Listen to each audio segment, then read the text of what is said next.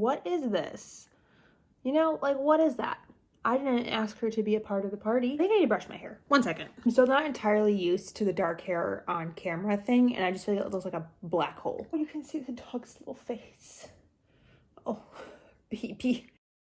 Okay, I think we can now get into the video. Hi guys, it's Jordan and welcome back to my channel. Celebrating 10 years on BookTube, I've been reminiscing and looking back and revisiting and thinking ahead to the future in regards to my channel. There's some things we could do to really like commemorate and celebrate 10 years, but also like use it as a reflection period to move forward into the next era of the YouTube channel here, BookTube channel. Why is like sentencing so hard for me sometimes? And thinking about it, I was like, I kind of want to do a tag. I haven't done one of those in years, and I thought that'd be really fun. And I also was like, I think there's a Booktube Oldie Tag, and I found two different variations of it. I did see that my friend Sam from Thoughts on Tomes did one relatively recently, like back in May of last year, right after we got home from BookNet Fest, and she actually did tag me. I never did it because I didn't know that. Figured we could do it together now and use it as an opportunity to talk about the last 10 years on this channel and potentially have a shorter, more condensed video to the very long one that I posted a few weeks ago. Without further ado, let's go ahead and get right into the questions. So question number 1, when did you start your channel? I started my channel on February 12th of 2015. I remember so vividly sitting in my mom and dad's living room on their brown leather couch. It was like 2 a.m. and I was stalking YouTube and like coming up with names and designing my graphics and everything. It was a good time. Question number 2. What were your staple videos when you first started your channel versus now? This is like a really hard question to answer because I don't make videos now. I haven't consistently posted in like 4 years. So then a lot of my content when I first started was surrounding book reviews. I was doing a lot of standalone book reviews. If it wasn't a standalone review, I was doing some sort of like series review, or I was doing monthly wrap-ups. So it was a lot of like reviewing books in that capacity. And then I was starting to dip my toe into a lot of tags as a way to like just talk about the breadth of books that I had read. Because I did read so many things before joining BookTube, and I wanted to find a way to incorporate those into my channel. And so that's how I did it. I used tags. Now I feel like we're starting with a very clean slate. Like I haven't done consistent uploading in so long that like we could have whatever we want at this point. I'm thinking it'll be a lot of like reading vlogs, wrap-ups. I think I'm going to try doing like bi-monthly wrap-ups. Biannual? I'm going to try to read more than that. And I'm thinking, you know, bring back some of those tags because there's been so many books I've read in the last couple of years that I haven't talked about on here or like really in depth or like categorize my feelings about them. So I'm thinking like tags again would be a great way to incorporate those back into the channel. It could really be whatever we want. If there's something specific that you want from me, tell me in the comments down below. Question number 3. What was your favorite book the year you started your channel versus now? My favorite book? Oh God, like of all time? I don't even know if I had, what was my favorite book of all time? The year I started, okay, actually, okay. Of all time? Like of ever or just of that year? Not me having an existential crisis trying to answer this question. Hold on. Okay, I know the year I started my channel, I read these 3 books, which feel very much an encapsulation of what my favorite things were at that time, which were Snow Like Ashes by Sarah Rosh.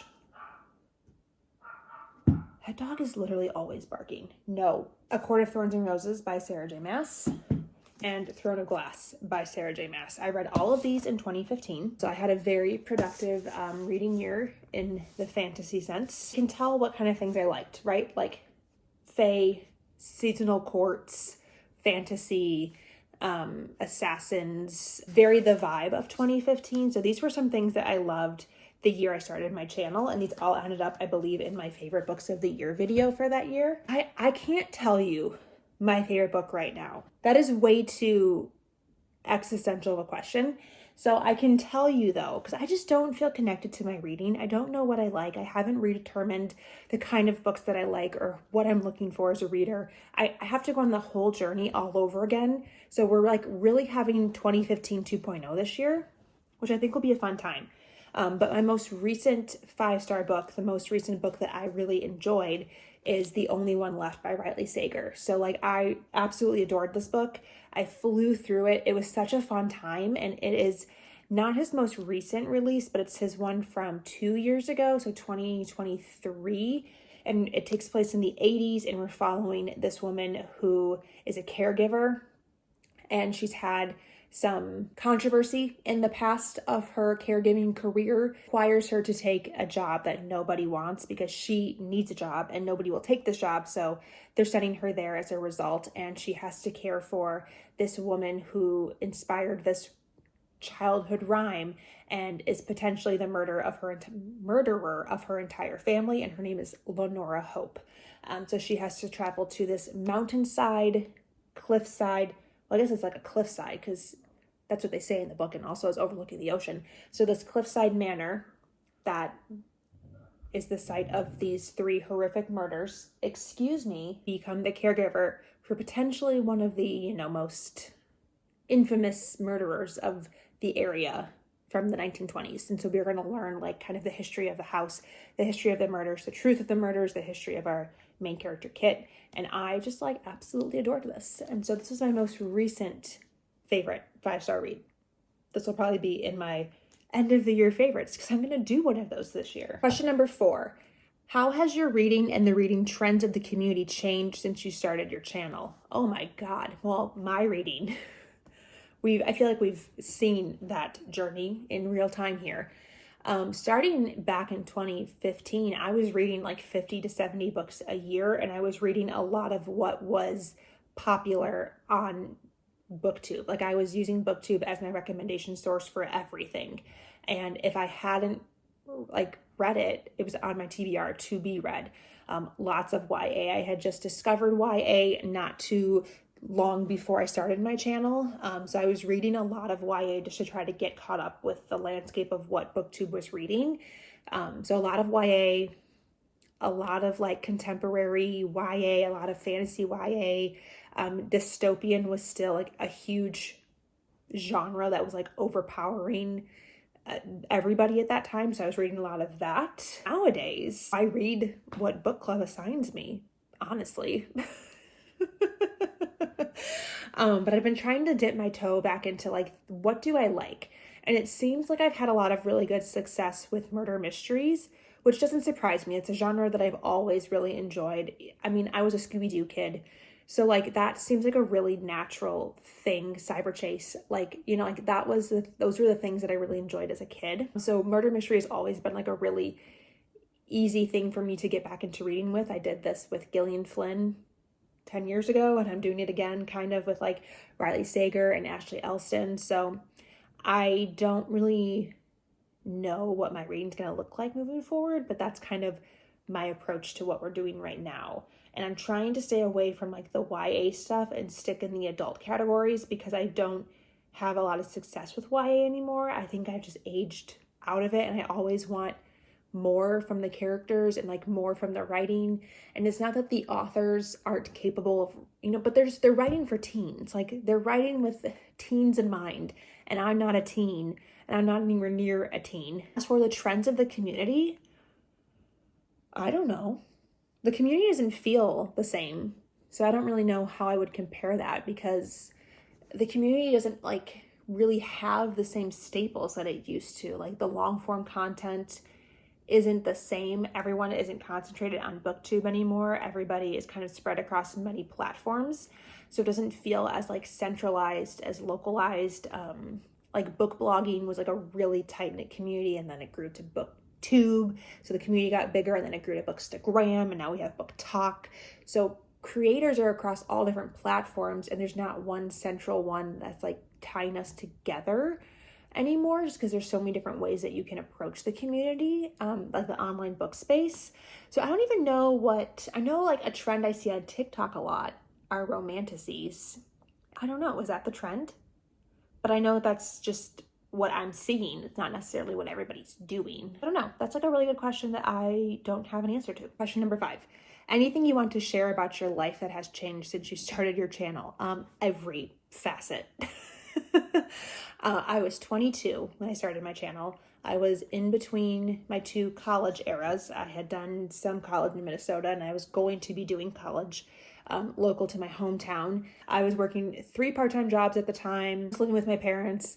I was in a really like unhealthy personal relationship situation. I was 22. Like everything was different when I was 22. What do you mean? I'm 32 now. I graduated college. I have a full-time job. I don't live at home anymore. I have a very fulfilling and very happy relationship. I have 2 dogs now. I don't have any more cats. My 2 cats that I started the channel with have passed away. That was very tragic and very sad, and I did not handle that very well. 3rd cat that I got is my mom's cat now, because that cat decided she hates me, and she's much happier with my mom, so my mom has her, and she's living her best life. Trust me, Libby is great. Literally everything has changed. There's not a consistent, my hair color has changed, my haircut has changed, like there's no consistency. I have the same friends. I have the same like 6 friends that I do now. It's been like all for the positive. Question number 6, why do you keep making videos? I don't know. I have always been like a really creative person. Like I was always an arts kid, never a sports kid, always an arts kid. And I've always loved crafts and things. And this is like a really crafty and creative hobby that doesn't require like physical materials. Like, yes, you could say it requires books, but like really you can use your local library and not amass a huge collection of books. But like a lot of the other hobbies that I really like puzzles and crochet and I am a grandma, require like a lot of things. And I feel like a lot of hobbies require a lot of things, and this doesn't. And it's just always been something very easy to fall back into, because as long as I have a phone and a laptop, which I've had this whole time, I can do this, and as long as I'm reading. So I think like even if I wasn't reading, I would still be doing YouTube in some capacity. Like I would still be finding something to post about, because I just really like the act of making videos and editing videos and like making graphics for things and putting it together. I don't know, it's just been like a really fulfilling hobby that I never knew I liked. I wish I knew I liked this kind of stuff back in high school, so maybe I could have made it into like a career. I could have done graphic design or video editing or something like that, because they're things that I really enjoy. That makes it easy to keep coming back to, because it's something that I find really fun. Question number 7. What are you excited about or hoping for in the future of BookTube? I think I would really like for BookTube to come back. Like I know a lot of people have joined on TikTok, and I just don't find that TikTok is like the place I want to talk about books.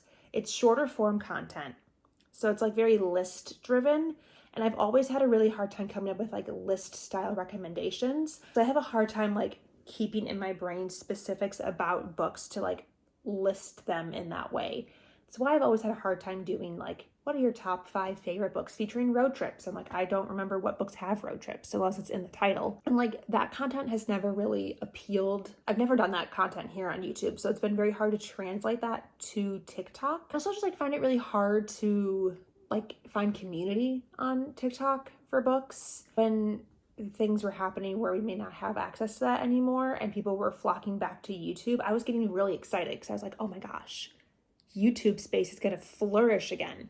And I know that like the community of BookTube from pre-2020 is no longer here. Like that vibe, those creators, a lot of those people are no longer here. And so I was thinking all of this ushering of new people would like reestablish that or like recreate a new version of that. And I was really excited for what that would potentially look like, what kind of new ideas that those short form content creators would bring to YouTube, and like how they would adapt to this longer form style of content, and like what kind of ideas and things that they would have for this, and like how that would inspire the rest of us who've already been here to change and alter our content. I don't know, I just thought it was like really interesting thing to think about and look forward to, and I don't know at what point that will actually be forced upon those creators, but if any of them have already done it, I'm very interested to like see what that does to the BookTube landscape, because I do feel like after a certain point, we do need like new creative ideas and energies here. And some people are very great at continuing to reinvent themselves in their content. And I feel like other people get really boxed in by what has been prescribed to them as the formula for BookTube. And I feel like these new people coming from other platforms could shake that up a little bit and force us to try new things. And I think that's a really exciting possibility. So that's what I'm hoping for in the next like era of BookTube. And I hope I get to be a part of it, because that would be the dream. But that was the last question. There's only 7. It's a very short tag, and I didn't ramble for 10 minutes. If you are a BookTube newbie or a BookTube I almost said oldie, but oldie is not a word. So if you're a BookTube newbie or a BookTube oldie, I would love to know some of your answers to these questions in the comments down below. Thank you so much for watching. If you'd like to follow me anywhere else, I'm on Instagram and Blue Sky. Please come follow me there. We can chat about books and have a great time. But until next time, I will talk to you guys very soon. Bye!